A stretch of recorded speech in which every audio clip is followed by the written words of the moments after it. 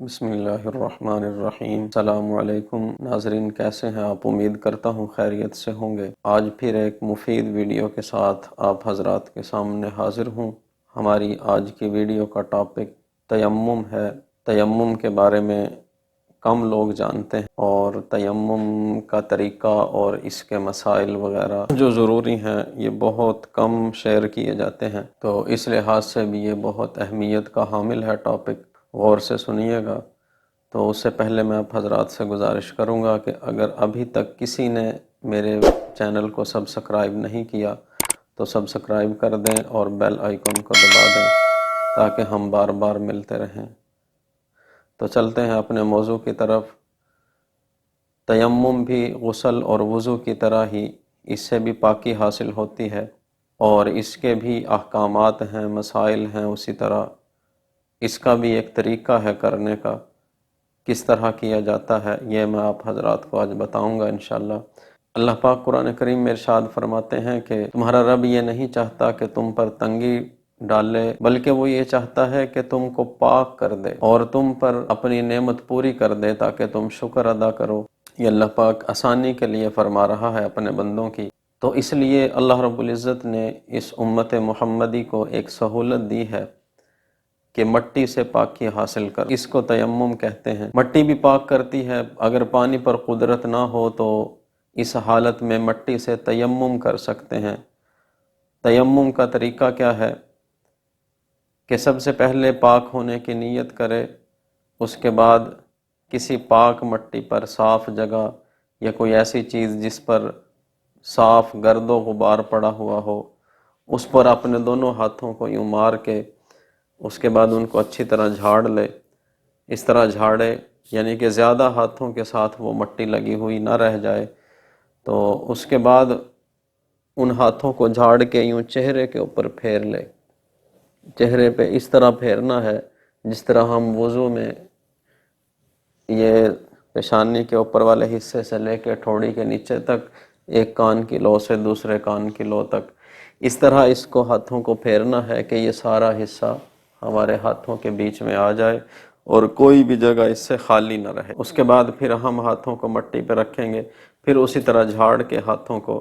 تو اس کا یہ طریقہ ہے کہ ہم نے اپنے ہاتھوں اور بازوؤں پر اس ہاتھ کو پھیرنا ہے مٹی لگانے اس طرح، یہ دیکھیں اس طرح، یہ انگلیوں کے بیچ میں سے خلال کرتے ہوئے، یہ اس طرح بالکل پھیرتے ہوئے انگلیوں کے بیچ میں سے، اور اس طرح ہم جائیں گے۔ اس کے بعد یوں پلٹا دیں گے بازو کو، اور اس کے بعد یہ ہاتھ یوں جائے گا پورے بازو پہ پھرتا ہوا، اس کے بعد یہ، اور اس کے بعد یوں نیچے سے لا کے اس کو یوں لائیں گے اور اس کے بعد اس پہ ختم کر دیں گے۔ اسی طرح ہم نے پھر ہاتھوں کو مٹی پہ رکھنا ہے اور اس کے بعد جھاڑ کے اسی طرح یہ دیکھیں سیدھا کر کے ہاتھ، یہ اوپر والا، اب دائیں ہاتھ سے اس کو کرنا ہے، بائیں بازو کا ہم یہ بائیں بازو کا یہ تیمم کر رہے ہیں۔ اس طرح جائیں گے اور اس کے بعد یہ پلٹا دیں گے، اور اس کے بعد یہ اس طرح، یہ دیکھیں اس طرح آ کے، اور یہ پھر یہ اس طرح ہمارا تیمم مکمل ہو گیا۔ یہ بالکل مکمل طریقہ ہے تیمم کا۔ تو اس طرح آپ اگر مٹی سے پاکی حاصل کرنا چاہتے ہیں تو اس طریقے سے آپ تیمم کر سکتے ہیں۔ یہ تیمم کا شرعی طریقہ ہے۔ تیمم چاہے وضو کا ہو یا غسل کا، ان دونوں کا ایک ہی طریقہ ہے۔ مٹی ہو، گرد و غبار پاک ہو، کسی چیز پر پڑا ہوا ہو، مٹی کی جنس سے جو بھی چیز ہے، مثلا ریت ہے، پتھر ہے، اس طرح کی چیزیں، ان سے بھی تیمم کیا جا سکتا ہے۔ اگر کوئی بندہ اس لیے تیمم کرتا ہے کہ وقت کی تنگی ہے، مثلا نماز جنازہ پڑھنے لگا، ادھر سے دیر ہو رہی ہے، اگر وضو کرے گا تو جنازہ نکل جائے گا، تو اس نیت سے تیمم کرنا یہ صحیح نہیں۔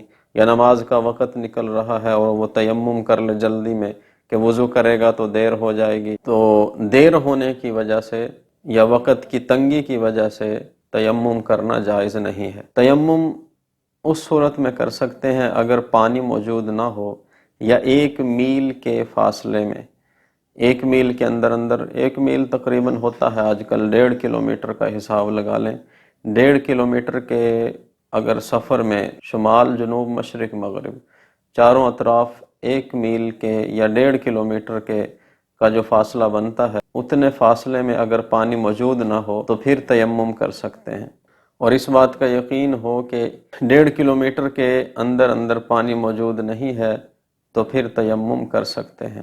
پانی تو موجود ہے، لیکن اگر پانی سے وضو کریں گے یا غسل کریں گے، ایسی بیماری ہے کہ وہ بڑھ سکتی ہے یا مرض کے بڑھنے کا خدشہ ہے، تو پھر اس صورت میں بھی تیمم کر سکتے ہیں۔ اگر بیماری یا کسی اور وجہ سے اگر شرعی عذر ہو تو اس وجہ سے اگر تیمم کر لیا، غسل کی حاجت تھی اور پانی استعمال نہیں کر سکتے یا پانی موجود نہیں ہے، وہ شرائط بھی پوری ہو رہی ہیں جو تیمم کے لیے ہیں، تو پھر تیمم جو غسل کے لیے کریں گے ہم، وہ ایک ہی بار کافی ہے، بار بار کرنے کی ضرورت نہیں۔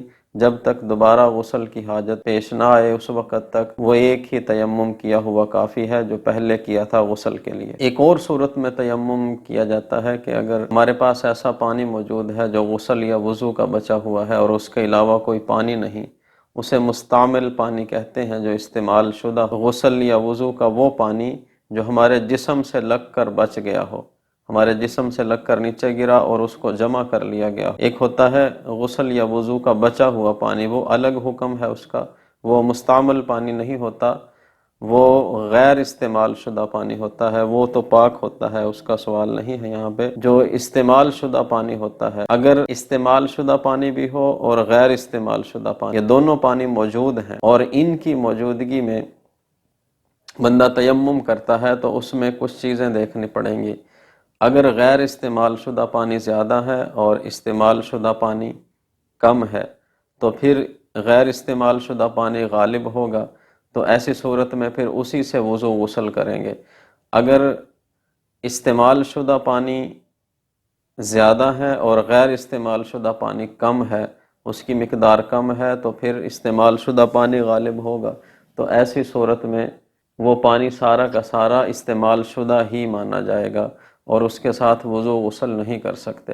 اگر دونوں پانیوں کی مقدار برابر ہے تو پھر بھی استعمال شدہ پانی ہی غالب مانا جائے گا اور ایسی صورت میں بھی اس سے وضو یا غسل نہیں کر سکتے۔ تو اگر کوئی اور راستہ نہ ہو تو پھر ایسی حالت میں بھی تیمم کر سکتے ہیں۔ ٹرین کے اندر سفر کر رہے ہیں اور وہاں پہ ڈبے میں پانی نہ ہو یا پوری ٹرین میں ہی پانی نہ ہو، ٹرین کے کسی بھی ڈبے میں، اور جس جگہ پہ ٹرین نے رکنا ہے وہاں بھی آپ کو یقین ہے کہ پانی نہیں ملے گا، تو ایسی حالت میں بھی تیمم کر سکتے ہیں اور نماز ادا کر سکتے ہیں۔ آپ کی نماز تیمم کا غسل اور تیمم کا وضو اس سے اسی طرح ہوگی جس طرح آپ پانی سے وضو غسل کر کے پڑھتے ہیں۔